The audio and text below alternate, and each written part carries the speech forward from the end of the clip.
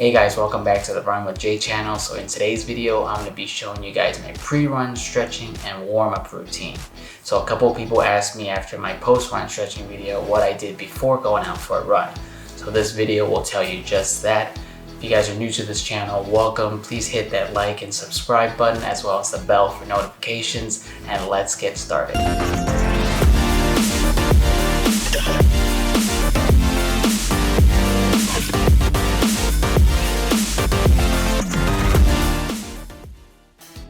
So even in my pre-run warm-up, I'd like to do some stretching.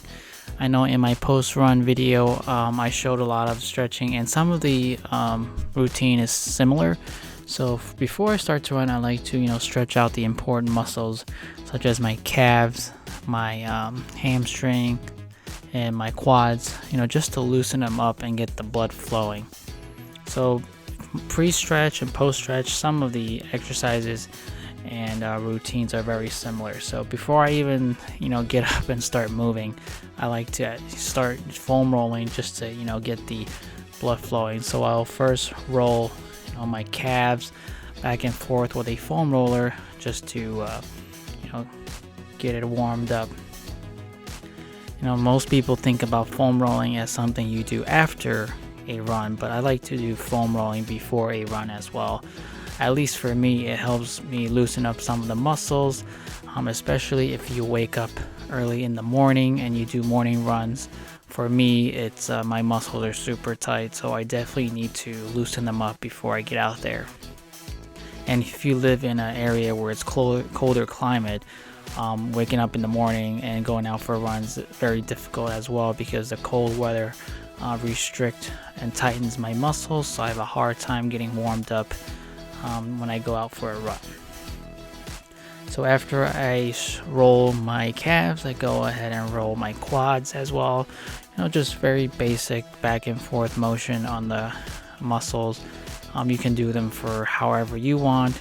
I usually do them for about 30 seconds or until I feel like there isn't really any tightness or soreness left. Before I started stretching, I used to just go out there and run right away, and then I would face the the problem with just not feeling great, muscle being so tight, and that usually cuts my run short. So I learned how important it is to warm up and stretch even before a run, just as important as after a run. So after I stretch my hamstring, I like to roll my quads as well. That's usually a place I get tightness when I start running, and also if I notice if I don't roll out my quads, I will get things like IT band pain once I finish running. So I always make sure I warm up my quads and stretch out that TFL muscle next to the quads to make sure that I won't have any IT band issues during my run. And you just want to relax while you're doing this, kind of take a deep breath and just focus. And you don't want to overthink about this. It's something that's just get your muscles blood flowing, so when you get out there, you're basically not running from 0 to 100. And then I'll go to some simple runner stretches to switch out the hamstring. I know when I wake up and do morning runs, my hamstrings are super tight and I can barely touch the tip of my toes. And you'll notice as throughout the day, if you do stretches like this later in the day, you'll be able to stretch much better once your muscles are warmed up, and if it's after morning time. Mornings and really cold days, I have the hardest time getting my muscles warmed up. So after the runner stretch, I'll do the simple, put your feet together, kind of like Indian pose. Make sure your knees are touching the ground as much as possible. So we're almost done with the indoor part. Afterwards, I'm going to show you some stretches where I usually do them outside, but for demonstration purposes, I'll do them indoors. So the last stretch I like to do inside is where I'm just trying to reach both of my feet, have my both feet spread apart, try to just basically touch your toes, get that nice good stretch in your hamstring. So hamstring is always a big problem of mine. So for this part of the warm-up, I usually do this outside. So first thing I like to do is kind of like a lunge to get your hip flexors more warmed up and stretched, working out your hamstring and your quadriceps, kind of getting your body into the motion of you going to be able to do some running afterwards. So I'm going to do the left side and then switch over to the right side. And again, you can customize these workouts. You can do some of it, you can do all of it. I know a lot of times you're on a time crunch, so you can't, obviously do these the exact same thing every day. So sometimes I, cut us short as well. I only do important ones instead of doing everything. So after the lunges, I like to kind of do side lunges where I'm stretching my quads. And you can try to go as low as possible, within your limits, obviously. I just like to go left and right, maybe hold it at one position for a few seconds, and this will give you a nice stretch for your hamstring. So I recently started wearing compression socks during my run and my workouts as well. I've noticed that my calves feel less sore afterwards, especially after a long run, and it helps me recover faster. I know a lot of people like to wear them after a tough workout or a run to help with the recovering process, but I also like to wear it during a run as well. I know there's a lot of studies and theories against this, but I like to wear it during and after a run to recover. So after the lunges, I like to do a quadricep stretch. So very simple, just holding your foot and bending it back as much as possible to stretch out those quads. Quads muscles are also part of your IT band. It's connected along with your glutes. So stretching out the quads is important so you don't have any issues with IT band pain during or after your run. And it's amazing, from the year I've started running seriously, I've noticed just so many things that you can do to help prevent certain injuries, which I wasn't doing. And stretching was definitely one of the biggest things that I needed to, do more of. The next exercise is, very popular, the leg swings, just to get your foot and your legs in that motion of running. So basically, if you're outside, if you can hold on to something, that would be great. Just kind of swing your leg back and forth.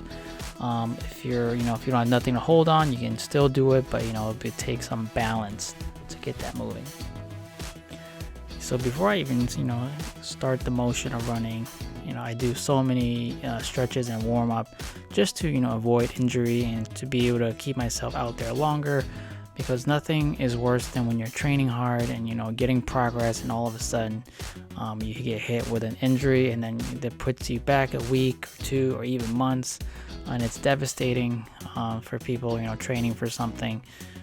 And sometimes all of this can easily be avoided by just warming up properly and making sure you're giving your body the right recovery as well as post-run stretching. So next exercise is basically like leg twists or curl circles. Very simple, just kind of lift your leg and circle it out to get that stretch on your hamstrings and your quadriceps. Again, to get that blood flowing in your legs with the motion.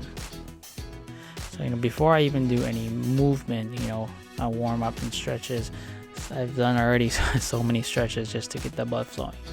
So next we're finally going to start moving. So we're going to first stretch out those arms and shoulders. If you ever done a long run, your shoulders start to tense up from all the lactic acid. So I like to warm up that area as well. And then you can combine the hugs with high knees together to help get the juices flowing. So I like to do the hugs as well as high knees just to get started on my first motion extra warm up. And then, I like to switch over to some jumping jacks, to get blood flowing again. And by the end of all this workout, you should start feel, some heat on your body and some perspiration in your body. Then you'll know you're, properly warmed up and ready to actually start running. So after some jumping jacks, I like to do some butt kicks. So you basically want to kick your feet as high as you can, hopefully touching your butt. You want to do this for 30 seconds or however you want. A lot of these warm-ups are used for like all kinds of sports, not just for running. The main goal is here to get your heart rate up, to get your body warmed up, so you're not starting from cold and risking getting injured. Next, I like to do some side-by-sides. They're like sort of lazy suicides that you do in like basketball or other sports. Gotta get the blood flowing just to get your body used to, the different kinds of motion you'll be experiencing. And I like to do some, toe touches just to get that stretch even more on the hamstrings. Very simple. You want to kick your leg up and touch the opposite hand. You want to do this for, maybe 10-15 reps on each leg. I definitely feel a good stretch on my hamstring when I do this, so I like doing this a lot. Get that juices flowing. And lastly, we're just going to do kind of like a backwards run. So most of the time we're running, we like to run, just one direction. So I kind of like to change it up and run backwards to get my body used to the other direction, to kind of switch it up. Just like when you're running on a track, most people just run in one direction counterclockwise, but sometimes you want to recover the other opposite direction as well, like clockwise, to get your body not used to one direction. So that is it. Thank you guys for watching this video. Let me know how this works out for you. Remember, it's super important to stretch and warm up before a run as well, to avoid things like muscle tightness and shin splints. So if you guys have any questions, feedback, or comments, please feel free to leave them down below. And don't forget to hit that like and subscribe button, as well as the bell for notifications. And I will see you guys on the next run.